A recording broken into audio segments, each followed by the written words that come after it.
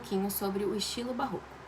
Ele é um estilo caracterizado pela forte influência religiosa, devido ao contexto histórico marcado pela Reforma Protestante. Ele também é um estilo de época marcado pela oposição e pelo conflito, o que acaba revelando uma forte angústia existencial.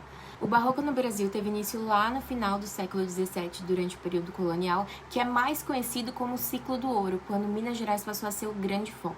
E lá em Minas Gerais a gente vai conhecer alguns dos principais autores, que é Bento Teixeira, com sua obra Prosopopeia, que inaugurou o barroco no Brasil, e Gregório de Matos, que ironizava diversos aspectos da sociedade e por isso ficou conhecido como Boca do Inferno. Bom, eu vou deixar aqui pra gente acompanhar algumas características desse movimento, que são basicamente uma linguagem mais dramática, um exagero, um rebuscamento, uso de figuras de linguagem, união do religioso e do profano e uma forte valorização dos detalhes.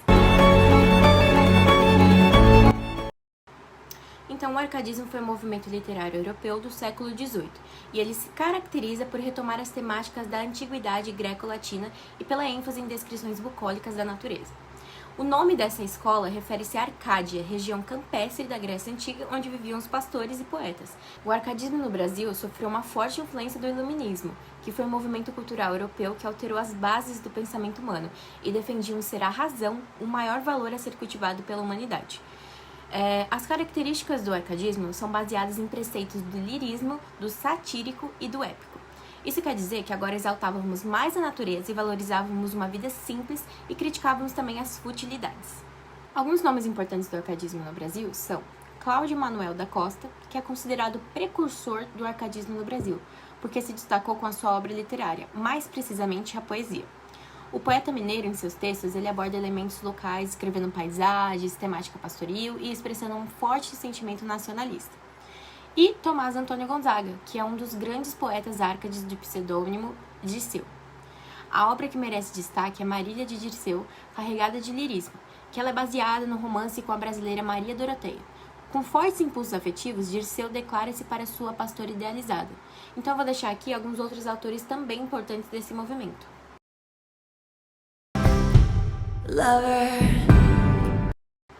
Agora a gente vai falar sobre o romantismo. Ele foi um movimento artístico e cultural que privilegiava mais as emoções, a subjetividade e o individualismo. Então ele apresenta uma visão de mundo mais centrada no ser humano, com destaques para as sensações humanas e liberdade de pensamento. O romantismo no Brasil foi um movimento literário que reuniu uma produção muito rica de textos poéticos, teatrais e romances. Ele se caracterizou, em um primeiro momento, pela busca da identidade nacional e resgate das tradições e valores da cultura popular e do folclore. Temas como o índio, a exaltação da natureza, o regionalismo, a realidade social do país são muito explorados pelos autores românticos. Com a independência do Brasil, os escritores desse período buscavam mais autonomia na literatura, retomando diversos aspectos da cultura brasileira. Isso porque durante séculos de colonização, o Brasil sofreu forte influência dos modelos europeus, principalmente de Portugal. Então, nesse momento, os folhetins, que eram pequenos capítulos de romances publicados nos jornais, começaram a se popularizar no país. Esse movimento foi dividido em 3 gerações. A primeira teve como principais características o nacionalismo e indianismo. Já a segunda foi conhecida como a geração ultrarromântica, porque foi profundamente influenciada pela poesia do inglês George Gordon Byron, conhecido como um herói romantista. A poesia desse período romântico é permeada dos temas como egocentrismo, negativismo, dúvida, desilusão, exaltação da morte e fuga da realidade. Chamada de geração condoreira, a terceira geração romântica é caracterizada pela poesia libertária e social. Ela é chamada assim com o intuito de revelar sua mais importante característica, que é a liberdade. E o grande foco dos escritores desse momento foi os problemas sociais e também o abolicionismo. Bom, o realismo é uma escola literária que analisa a realidade. Ela é marcada pelo objetivismo, pela veracidade e pela denúncia social. E aqui no Brasil, ela tem início com a obra de Machado de Assis, Memórias Póstumas de Brás Cuba. E eu tenho aqui, até para mostrar que eu tenho a obra, eu tenho Machado de Assis, Memórias Póstumas de Brás Cuba e Dom Casmurro. Considerado um dos maiores escritores da literatura brasileira, Machado de Assis também foi jornalista, crítico e literário, mas suas obras são marcadas por temas sociais, críticas à burguesia e profunda análise psicológica dos personagens. Então sua prosa é dividida em dois momentos, uma fase com a presença de características românticas e outra com realista. Inclusive, em Memórias Póstumas, se trata-se de uma autobiografia de Brás Cubas que nos conta em primeira pessoa a história de sua vida a partir de suas memórias póstumas. Por que póstumas? Porque ele está morto e ele relembra aquilo que ele viveu e, por estar falecido, contribui para que o personagem ele narre seus fatos sem medo e julgamento, porque ele faz uso de muita ironia. O simbolismo é um movimento artístico que surgiu lá no século XIX e teve como principais características o subjetivismo, o espiritualismo e o misticismo. Então vamos falar de 3 autores brasileiros e simbolistas. Cruz e Souza é considerado precursor do simbolismo no Brasil.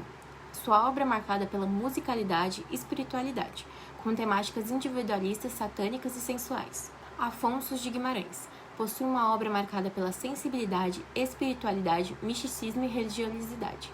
Sua temática é a morte, a solidão, o sofrimento e o amor. Augusto dos Anjos foi um dos grandes poetas brasileiros simbolistas que, embora muitas vezes sua obra apresente características pré-modernas, publicou um livro intitulado Eu, e foi chamado de poeta da morte, isso porque seus poemas exploram temas sombrios. Os escritores parnasianos buscavam um sentido para a existência humana por meio da perfeição estética. Por isso, a preocupação residia na arte pela arte, ou seja, a forma como característica principal da poesia. Então, o principal autor parnasiano é Olavo Bilac, que é conhecido como príncipe dos poetas brasileiros. Sua obra é caracterizada pela linguagem clássica, com conteúdos históricos, patrióticos, emotivos e platônicos. Agora vamos encerrar com o modernismo. O modernismo no Brasil foi um movimento artístico, cultural e literário que se caracterizou pela liberdade estética, o nacionalismo e a crítica social. Ele foi inspirado pelas inovações artísticas das vanguardas europeias. Então teve como marca inicial a Semana da Arte Moderna, que se realizou entre os dias 11 e 18 de fevereiro de 1922 no Teatro Municipal de São Paulo. O modernismo no Brasil surgiu logo após a Primeira Guerra Mundial. Assim, em uma tentativa de reestruturar o país politicamente e também no campo das artes, eles foram estimulados pelas vanguardas europeias a encontrar uma motivação para romper com o tradicionalismo. Porém, para entender melhor tudo isso, vamos dividir o modernismo em 3 fases. A primeira fase do modernismo esteve voltada para a busca de uma identidade nacional. Então, diversos artistas aproveitaram a agitação causada pela Semana de Arte Moderna para romper com os modelos pré-concebidos que eram limitados e impediam a criatividade. Então, os artistas buscavam uma renovação estética. A segunda fase do modernismo é chamada de Geração de 30, que começou em 1930 e durou até 1945, quando terminou a Segunda Guerra Mundial. Diferente da primeira fase, na segunda geração, os artistas demonstram maior equilíbrio e racionalidade em seus escritos. É caracterizado por temáticas nacionalistas, regionalistas e de caráter social, com predomínio de uma literatura mais crítica e revolucionária. A arte brasileira produzida na terceira fase do modernismo ganha novos contornos e linguagens. Esse momento ficou conhecido como Geração de 45 e reuniu um grupo de escritores que muitas vezes eram chamados de neoparnasianos e buscavam uma poesia mais equilibrada e objetiva. Assim, a liberdade formal, característica das fases anteriores, é deixada de lado para dar lugar à métrica e ao culto à forma.